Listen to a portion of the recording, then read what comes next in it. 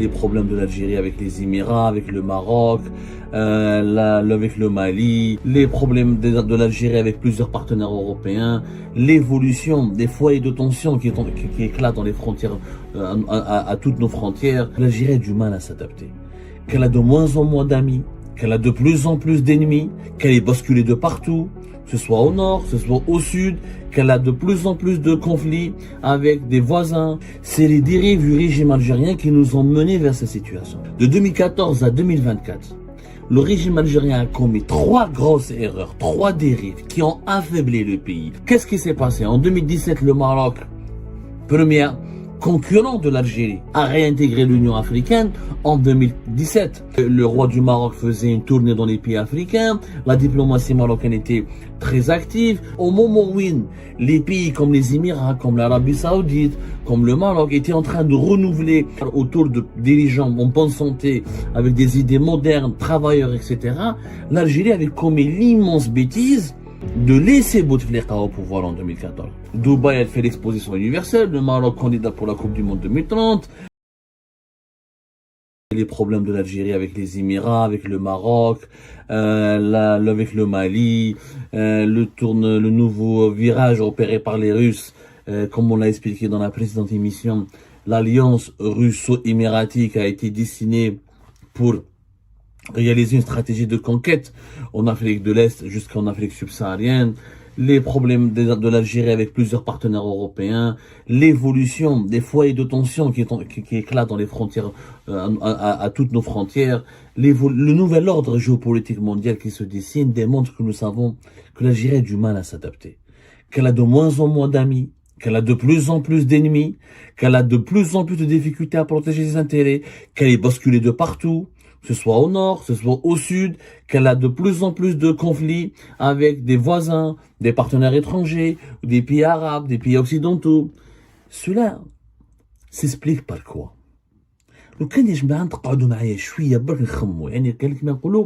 Observons une pause et faisons preuve de bon sens et de réflexion et analysons ensemble la situation de notre pays. Qu'est-ce qui explique que notre pays est en train de subir autant de problèmes, en plus de ses problèmes socio-économiques, de ses problèmes politiques internes? Qu'est-ce qui explique que l'Algérie se retrouve aussi bousculée, aussi menacée, aussi mise en difficulté sur la scène internationale de 2020-2023? On l'a vu avec beaucoup de crises, beaucoup de conflits avec des pays voisins ou là des pays autres, des pays importants, qu'ils soient arabes ou là européens, comme l'Espagne ou là les Émirats. En réalité, si on est honnête, on va comprendre peut-être que vous allez être d'accord avec moi à la fin. L'Algérie d'aujourd'hui, l'Algérie s'est retrouvée dans sa situation de pays isolé, menacé, exposé à tous les dangers, encerclé par les foyers de tension et par des alliances de puissance régionale et mondiale qui lui sont hostiles à cause des dérives du système. C'est les dérives du régime algérien qui nous ont menés vers cette situation. Quelles sont les dérives du régime algérien? Il y a 3 dérives. Durant ces 15 ou 20 dernières années, nous sommes en 2024. Nous l'avons en 20 ans en arrière. Non, nous le 10 ans en arrière. Durant ces 10 dernières années, 10 ans, en 2014. De 2014 à 2024, le régime algérien a commis 3 grosses erreurs, 3 dérives qui ont affaibli le pays, qui l'ont bousculé, qui l'ont plongé dans des crises économiques et politiques, qui ont fait tellement de mal à l'Algérie et qui ont offert aux concurrents de l'Algérie, qui sont devenus plus tard des adversaires, un boulevard royal pour nous dominer et pour nous surpasser. Première dérive, le 4e mandat de Bouteflika, 2014. Un président malade. Président clairement malade. Un président qui parlait à peine, qui etc. On va pas refaire le film de la maladie de Bouteflika, son AVC. Bouteflika était un président flamboyant, mais à partir de 2013, avec son accident vasculaire cérébral, il a été hospitalisé à maintes reprises en France, les épisodes de Val-de-Grâce. En 2014, clairement, il n'aurait pas dû rester président. c'est le système algérien, c'est le régime algérien était intelligent. Il aurait fallu préparer un successeur à Abdelaziz Bouteflika dès 2013. Choufou en 2014, Bouteflika était malade. 2016, 2017, et c'est devenu encore plus malade. Qu'est-ce qui s'est passé? En 2017, le Maroc, premier concurrent de l'Algérie, concurrent qui est devenu aujourd'hui un adversaire, tellement l'hostilité, l'animosité entre les deux pays s'est aggravée, a réintégré l'Union africaine en 2017. À partir de 2017, en 2016 et 2017, le roi du Maroc faisait une tournée dans les pays africains, la diplomatie marocaine était très active, le roi du Maroc était nettement en bonne santé, plus jeune, a permis à son pays, le Maroc, de revenir au sein de l'Union africaine, alors que l'Union africaine, le Maroc était exclu de l'Union africaine, où il avait un problème avec l'Union africaine depuis début des années 60, à cause du conflit autour du Sahara occidental, où l'Union africaine reconnaissait la légitimité du Sahara occidental en tant que territoire autonome et indépendant du territoire marocain. Mais le Maroc est revenu en force. Il est revenu en force. Bon, et le Maroc a quitté l'Union africaine plus exactement en 1984. Mais les problèmes avec l'Union africaine ont commencé dès le début des années 60, après, à cause du Sahara occidental, les années 70, les années 80. Au moment où l'Algérie s'était effacée, à cause de la maladie de Bouteflika et à cause de son incapacité à participer aux grands événements internationaux, etc., eh ben, le Maroc a pris son envol. La même chose. Par exemple, les Émirats, avec lequel aujourd'hui nous avons un énorme problème. Leur dirigeant est âgé uniquement de 62 ans. Mohamed Ben Zayed Al Nahyan, c'est à partir justement sa carrière politique a commencé à exploser, justement à partir, il a commencé à mûrir et ses idées politiques ont commencé à partir de 2014-2015. 2020-2022, il a explosé. Mais au moment où les pays comme les Émirats, comme l'Arabie Saoudite, comme le Maroc étaient en train de renouveler l'âge de leurs dirigeants, ou un renouvellement générationnel, en train de stabiliser leur pouvoir autour de dirigeants en bonne santé, avec des idées modernes, travailleurs, etc., l'Algérie avait commis l'immense bêtise de laisser Bouteflika au pouvoir en 2014. Et ça a été la première dérive. C'était la première dérive, يا جماعة, باش نتفاهموا مليح. Et donc, la dérive هذه. Après cette première dérive, il y a eu une deuxième dérive. C'était quoi la deuxième dérive? C'est la crise politique de 2019. Jamais le 5e mandat n'aurait dû être posé. Là encore, le régime algérien a une deuxième opportunité. Je dis bien une deuxième opportunité pour rattraper ce qu'il avait raté en 2014, à savoir régler définitivement le problème de succession de Bouteflika et trouver un bon président qui aurait pu être ou Yahya ou la Mamara ou la d'autres pour amorcer une véritable transition et pour faire redresser le pays sur le plan économique, diplomatique, etc. On a raté cette opportunité. Il y a eu la crise politique 2019 qui était une crise politique gratuite. Elle était gratuite. Elle est gratuite parce que le problème aurait pu être réglé.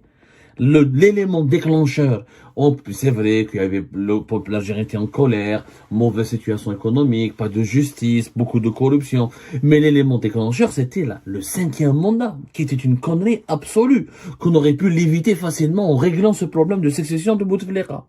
La crise politique de 2019, elle a affaibli le pays. Déjà, le 4e mandat, elle a affaibli le pays. Nous avons eu le choc pétrolier de 2014. 2014 à 2016, les prix du pétrole ont baissé énormément, de 60 à 65%. On en a déjà parlé. L'Algérie a commencé à baisser, à perdre beaucoup de ses réserves de change. Le fonds de régulation de recettes. Denala, planche à billets 2017. Donc l'économie algérienne a commencé à péricliter. Au moment où le pouvoir présidentiel était en train de péricliter. Parce qu'il n'y avait pas quelqu'un aux commandes qui était jeune, qui était en bonne santé, qui pouvait insuffler une dynamique, qui pouvait avoir un plan de redressement du pays, qui pouvait réformer le pays. On avait un président qui était malade. L'Algérie est un pouvoir présidentiel très fort. Quand le président, le chef, il est malade, le pays, il est malade. Comme le chef, quand il était malade, son frère n'était pas à la hauteur, Saïd Bouteflika. Il y a eu, donc, le pouvoir s'était dilué comme un sirop dans un verre d'eau. Donc, le pouvoir a perdu de son bon sens et de sa rationalité. Et la crise politique de 2019. 2019, on n'a pas tiré les leçons. L'armée s'est emparée du pouvoir. Elle a fait un processus de transition politique. Élection présidentielle fin de décembre 2019 avec les gens du même système qui ont échoué. Parce que qui a participé aux élections de 2019, de décembre 2019? Ce sont les gens du système qui ont participé directement, indirectement au système, et à l'échec du système de Bouteflika. On les a reconduits, on a mis Tebboune président Tebboune tombe malade, il va rester à l'étranger encore plus longtemps que Bouteflika. En 2013, il va rester, on en a déjà parlé. Tebboune avait battu le record de Bouteflika, il avait dépassé les 80 jours de maladie. Donc, le pays s'est encore affaibli. Le pays, ensuite, a sombré dans une crise économique assez grave à cause de la pandémie de la Covid-19. Voilà, plus de 5 semaines d'absence. Il avait dépassé en tout cas le record de Bouteflika. Je sais qu'on avait calculé, à l'époque, largement le record qui a été détenu par Bouteflika a été totalement battu par l'absence de Tebboune qui était absent, rappelez-vous, de fin septembre 2020 jusqu'à février 2021. C'est quand même extraordinaire. Et pendant ce temps-là, pendant cette dernière décennie, l'économie algérienne a la périclité, le secteur privé a été bousculé, explosion de la crise politique en 2019, emprisonnement de tous nos hommes d'affaires. L'Algérie était déjà avant le début de la pandémie de la Covid-19 en 2020. En 2019, l'Algérie était en train de casser son tissu économique. On a politisé la justice, on a cassé des groupes privés qui employaient des milliers de personnes, on a mal géré la lutte contre la corruption, on a instrumentalisé politiquement la lutte contre la corruption. 2020, le pays était déjà affaibli, divisé. La pandémie de la Covid-19 nous a encore bousillé, bousculé. On en a exporté pratiquement avec des exportations de moins de 30 milliards de dollars de pétrole et de gaz. 2021, la reprise était encore plus difficile. La pandémie avait fait des milliers de morts et l'Algérie ne s'était pas remise facilement. 2022, la guerre en Ukraine et une lueur d'espoir avec une remontée des prix du pétrole et du gaz. Mais le système algérien, à travers le système Tebboune, n'était pas outillé, n'avait pas les compétences nécessaires, ni les plans d'action, ni la vision, ni les notions qui pouvaient permettre à l'Algérie de se redresser et de profiter de cette conjoncture internationale inédite pour s'enrichir et se relancer définitivement. Car en 2023, l'Algérie s'est retrouvée dans une situation de telle faiblesse qu'elle est devenue une proie facile pour ses adversaires. Elle est devenue une proie facile. Pendant ce temps-là, les Émirats sont devenus puissants. L'Arabie Saoudite a renouvelé, il y a eu un renouvellement générationnel avec un BS. Les Émirats, un renouvellement générationnel avec un BZ. Les Émirats et l'Arabie Saoudite ont renforcé leur puissance économique à travers des réformes et une mode de gestion très intelligent, très pragmatique de leur économie. En face de nous, le Maroc s'est renforcé parce que l'Algérie s'est affaiblie. Donc la place lui a été cédée pour qu'il renforce son leadership régional. Et il a approfondi ses relations avec l'Afrique de l'Ouest. Il a fait des avancées remarquables sur le dossier du Sahara occidental. Il a obtenu ensuite la reconnaissance américaine en normalisant ses relations avec Israël. Et après de cela, il a constitué des alliances très stratégique avec les Émirats arabes unis et l'Arabie saoudite. Il a renforcé ses relations avec les monarchies du Golfe. Donc, au moment où nous étions en crise, avec un système malade, des dirigeants malades, incapables de réformer, incapables d'unifier le front interne, les autres pays qui étaient nos concurrents se sont nettement renforcés, se sont même développés, affichent des ambitions régionales hyper impressionnantes. Dubaï, elle fait l'exposition universelle, le Maroc candidat pour la Coupe du Monde 2030, l'Arabie Saoudite qui a changé totalement de modèle économique, elle s'est ouverte au tourisme, elle a annulé le wahhabisme, etc. L'Égypte avec Sisi qui relance des grands projets, même si ça marche pas comme aux Émirats, en Arabie Saoudite, l'Égypte quand même, qui a retrouvé un petit peu son dynamisme et son influence continentale. D'autres puissances régionales se sont invitées dans notre région, qui est la Turquie, la Russie qui a bousculé la France, qui a éjecté la France petit à petit de l'Afrique du Nord et du Sahel pour devenir le nouveau gendarme du Sahel notamment, l'implication de la Russie en Libye. Pendant tous ces événements où le monde était en train de changer sous nos yeux, notre pays malheureusement, il était en train de décliner. On avait toujours le problème on n'avait toujours pas trouvé un mode de gestion, comment garantir les équilibres de pouvoir, comment construire des institutions solides, comment construire un État solide. comment, comment faire pour changer notre économie. Les sujets, on les a oubliés. وعلاش parce qu'il y a eu la dérive, les trois dérives du système. La troisième, quand comme tu as les élections présidentielles de décembre 2024.